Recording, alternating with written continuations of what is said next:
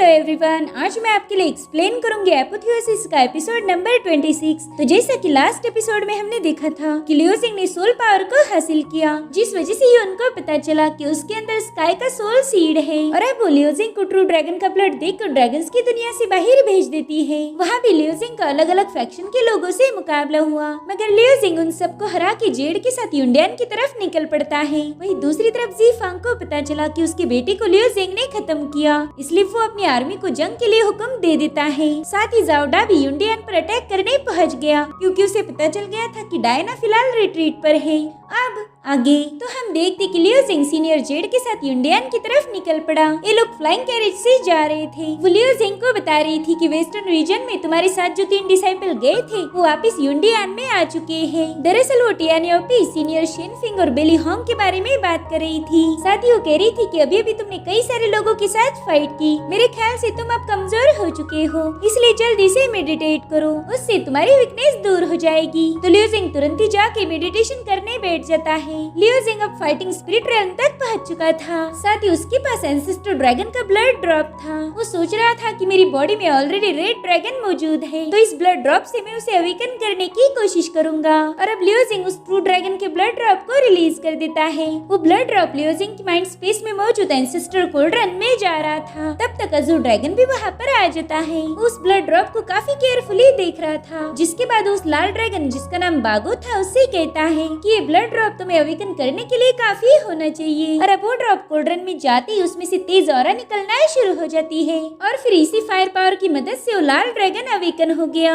बागो तो जागने के बाद ही लियो जिंग के माइंड स्पेस में सैर कर रहा था और उसका साथ देता है अजूर ड्रैगन। तो बेसिकली इन दोनों ड्रैगन्स की पावर अब लियो जिंग में आ गई थी। इधर लियो जिंग ने अपनी ब्रीथ को रिलीज किया था और अब उसमें रेड ड्रैगन की पावर भी ऐड हो गई, जिसे जेड तुरंत ही पहचान लेती है। वो कह रही थी कि अच्छा हुआ लियो जिंग ड्रैगन की दुनिया में चला गया, वहाँ जाने से इसका काफी ज्यादा फायदा हो गया है। ये लड़का वाकई बहुत टैलेंटेड है और शायद इसी वजह से डायना उसे इतनी रिस्पेक्ट देती है।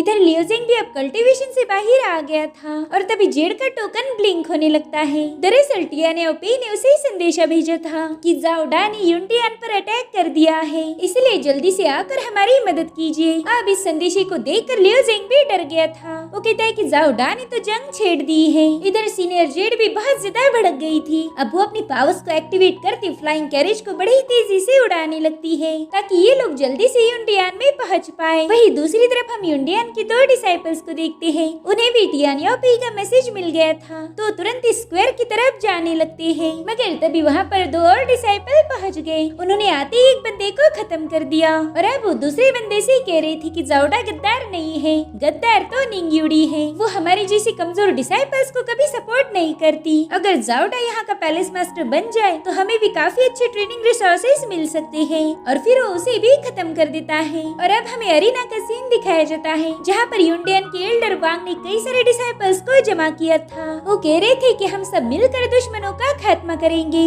मगर उनके डिसाइपल डाइस पर पहुँचते ही मारे जाते हैं, क्योंकि कई सारे डिसाइपल जाओडा को सपोर्ट कर रहे थे। वहीं दूसरी तरफ हम जोंगरुई और लियो यान को देखते हैं। दरअसल सीनियर जोंग ने प्रोटेक्टिंग फॉर्मेशन बना लिया था। ये फॉर्मेशन पूरे इंडियन पैलेस को गार्ड करने के काबिल था, मगर उसे एक्टिवेट करने के लिए अभी भी ट्रू ड्रैगन के ब्लड की जरूरत थी। और तब तक जोंग को भी संदेशा मिल गया था कि जाओडा ने यूंडियन पर अटैक किया है, जल्दी से स्क्वायर में आके हमारी मदद कीजिए। तो जोंग तुरंत ही अपनी पावर का यूज करते हुए बाहर का माहौल चेक करते हैं। उन्हें पता चला कि जाओडा के हाथ में डिंगचियन शाओकुन का फ्लैग है और इस फ्लैग की एबिलिटी ये थी कि स्पेस को ब्लॉक कर सकता है। मेरे ख्याल से जाओडा का टारगेट है डायना। वो फिलहाल एक माउंटेन पर कल्टीवेशन कर रही है। अगर इसी दरमियान उस पर अटैक किया जाए तो वो उसे रोक नहीं पाएगी। मुझे जल्दी से जाकर उसकी मदद करनी होगी। मगर तभी जाओडा के चमचों ने उसके टावर पर अटैक कर दिया और अब वो डोर को ब्रेक करके अंदर आ जाते हैं। इसलिए जोंग ने तुरंत ही अपने टाइगर को समन किया, जो रोर करते हुए उन कल्टीवेटर्स पर हमला कर देता है। साथ ही उसने यान को टेलिस्मान की बुक दे दी। वो कह रहा था कि तुम पिछले दरवाजे से मेन आइलैंड की तरफ निकल पड़ो और अगर तुम्हें किसी ने फॉर्मेशन में ब्लॉक किया तो 2 दिनों पहले मैंने तुम्हें जो मेथड सिखाई थी उसकी उसकी मदद से उसे ब्रेक कर देना। अब तुम यहाँ से जल्दी जाओ, तब तक मैं इन लोगों से निपट लेता हूँ। अब यान के जाने के बाद जोंग ने अपना रुख उन 2 कल्टीवेटर्स की तरफ मोड़ लिया।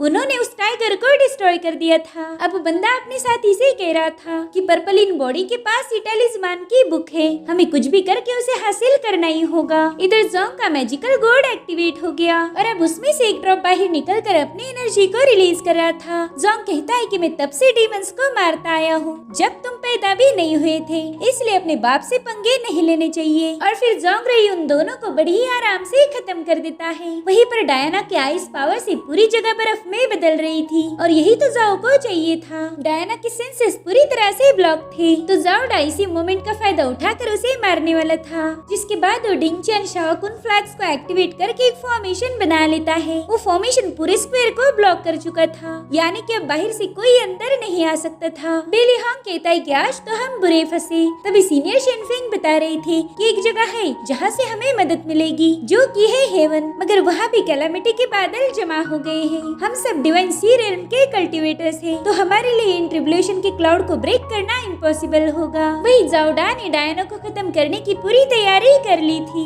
और उसका ये प्लान टियानियोपी भी समझ गया। वो कहता है कि जाओ का टारगेट डायना है, मगर जैसे जाओडा ने हमला किया तभी जोंगरुई ने वहाँ एक प्रोटेक्टिव आई शील्ड बना दी जो जाओडा के अटैक को डिस्ट्रॉय कर देती है। जाओडा कह रहा था कि मानना पड़ेगा कि जोंगरुई काफी ज्यादा चालाक है। उसने पहले फ्रॉस्ट और आइस फॉर्मेशन रेडी किए, मगर कोई नहीं, मैं इसे भी ब्रेक कर दूंगा। और तभी सीनियर शेनफिंग अपने साथियों के साथ जाओडा की तरफ जाने लगता है, मगर वहाँ बुफान भी था। वो कहता है कि तुम्हारा ओपोनेंट मेरा बाप नहीं बल्कि मैं हूँ, आज मैं पुराने सारे हिसाब बराबर कर दूंगा। ड्रैगन ग्रैनी कह रही थी कि हमें जल्दी से इन्हें मारना होगा और फिर हम यूंडियन के फॉर्मेशन को ब्रेक करने में सीनियर जाओडा की मदद करेंगे। जिसके बाद बुढ़िया ने अपने फॉर्मेशन को एक्टिवेट कर दिया। इधर बुफान ने भी कई सारे स्पीयर्स रिलीज किए थे और उसी में से एक स्पीयर टियानियोपी को हिट हो जाता है, जिससे वो नीचे गिर गया था। अब बुफान उस पर पावरफुल अटैक करते हुए पूछ रहा था कि बताओ तुम्हारा वो कमीना दोस्त लियो जेंग कहाँ पर है। तभी टियानियोपी अपने गले में पहने हुए बीड्स को एक्टिवेट करते हुए उसके स्पिरिट फॉर्म को समन कर लेता है और फिर उस फॉर्म ने बुफान की स्पीयर को दोनों हाथों से होल्ड करके कर्मा फायर का यूज कर डिस्ट्रॉय कर दिया,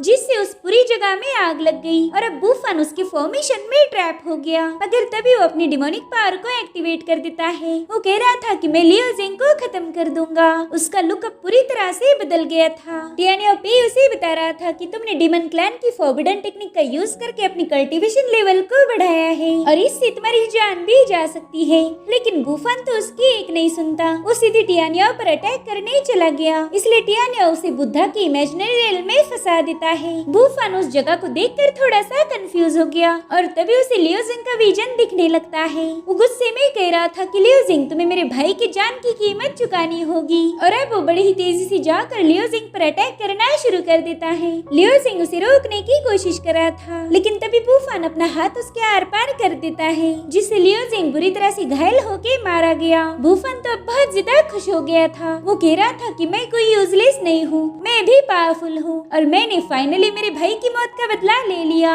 जिसके बाद जोर जोर से हंसने लगता है, मगर तभी उसके सामने लियो जेंग के कई सारे फॉर्म्स आ गए। उसे निकम्मा बोलकर उकसा रहे थे।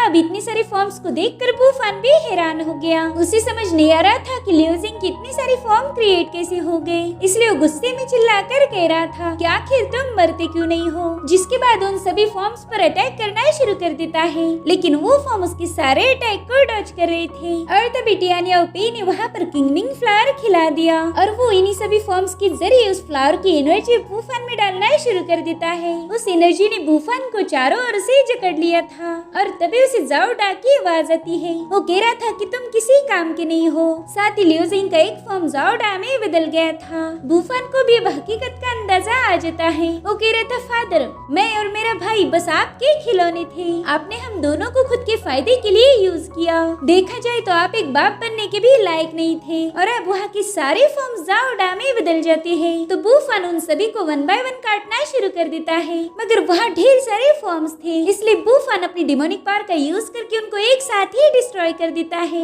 जिससे टियानियाओ पे को तकलीफ हो रही थी क्योंकि ये टियानियाओ का इल्यूजन है। बुफान बहुत ज्यादा थक गया था कि तभी उससे मिलने उसका भाई आ जाता है। फिल्म को देखकर बुफान बहुत ज्यादा खुश हो गया और फिर टियानियाओ पे उसे एक फ्लावर में कैप्चर कर लेता है। इधर बेली होंग और सीनियर शेनफेंग बेलो को काट रहे थे, मगर ये लोग उसे जितना खत्म कर रहे थे वो उतनी ही बढ़ रही थी। तभी बेली होंग सीनियर शेनफेंग से कह रहा था कि ग्रैनी का ट्रू एसेंस हमसे काफी ज्यादा रिच है, अगर वो हम पर ऐसे ही अटैक करती रही तो हम यहाँ पर मारे जाएंगे। तो सीनियर शेनफेंग कहती कि मेरे पास एक आइडिया है, मैं तुम्हारे लिए रास्ता क्लियर करूंगा, तुम बस ग्रैनी को 10 सेकंड के लिए बिजी रखना। जिसके बाद वो थंडर बीस्ट को समन करके उन बेलों को काट देते हैं। ये देखकर ग्रैनी बहुत ज्यादा भड़क गई थी, इसलिए वो थंडर ड्रैगन पर हमला करना शुरू कर देती है। उसने एक ही सेकंड में उस थंडर ड्रैगन को डिस्ट्रॉय कर दिया, मगर ड्रैगन के गायब होते ही उसे बेली होंग नजर आता है। वो बड़ी ही तेजी से ग्रैनी पर हमला करने आगे बढ़ रहा था, तो ग्रैनी ने भी उस पर हमला कर दिया, मगर इस बार बेली होंग उसके अटैक को तुरंत ही डिस्ट्रॉय कर देता है।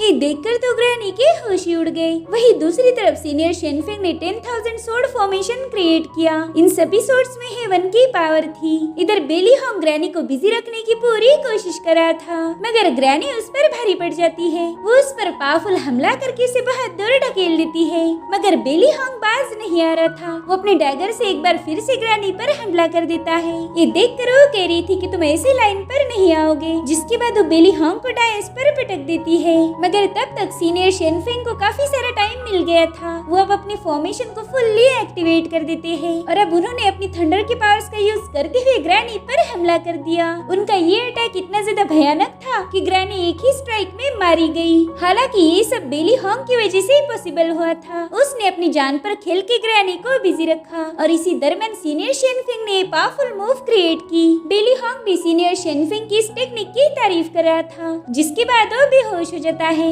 इनफैक्ट सीनियर शेनफेंग भी अब काफी ज्यादा कमजोर हो गए थे और तभी वहाँ पर टियानियाओ भी पहुँच जाता है। उसने बुफान को तो इन दोनों ने ग्रैनी को ठिकाने लग गया और तभी वो देखता है कि जाओडा तो फॉर्मेशन ब्रेक करने वाला है। इधर जाओडा ने उस फॉर्मेशन पर हमला करना शुरू कर दिया। उसके एक ही हिट में वो फॉर्मेशन चकनाचूर हो गया। तो अब जाओडा बड़ी ही तेजी से आगे बढ़ने लगता है। उसे कुछ भी करके डायना को मारना था ताकि वो खुद पैलेस मास्टर बन पाए। वो सीधे टॉप फ्लोर के पास आ गया था, जिसके बाद वो अपनी पावर्स को एक्टिवेट करते हुए कह रहा था कि निंग्योरी, तुम्हारा खेल खत्म हो गया, अब तुम्हें मुझसे कोई भी बचा नहीं सकता। और अब जाओडा ने अपना खतरनाक वेपन समन कर लिया, जो कि हाइट में उससे 100 गुना ज्यादा था। लेकिन तभी हम यान को देखते हैं, जो बड़ी ही तेजी से युंडियान के पास पहुंच चुकी थी। उसके पास जोंगरोई ने दिया हुआ टेलिस्मान का बुक था और उसी की मदद से वो डिंगचियन फ्लैग्स को जलाना शुरू कर देती है और उससे वहाँ पर एक बहुत बड़ा धमाका हो गया। इसी के चलते फाइनली जाओडा ने जो स्पेस ब्लॉक क्रिएट किया था वो डिस्ट्रॉय हो गया।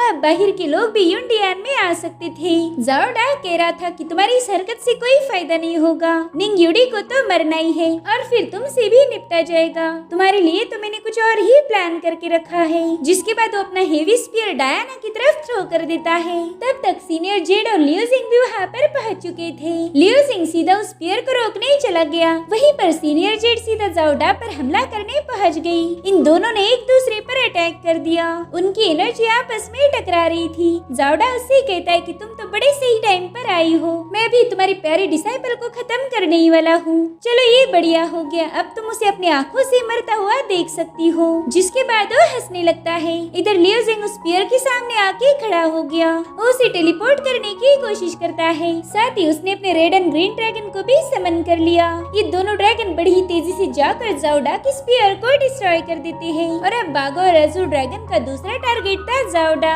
जाओडा ने तुरंत ही अपनी स्पीयर से एक शील्ड बना ली। वो इन दोनों ड्रैगन्स को रोक रहा था, लेकिन तभी थंडर कैटास्ट्रोफी भी एक्टिवेट हो गई। जाओडा के आगे 2 खतरनाक ड्रैगन्स थे और पीछे से था थंडर और इस तरह से जाओडा बीच में फंस गया। वो कह रहा था कि तुम लोग भी मेरे साथ ही दफनाए जाओगे।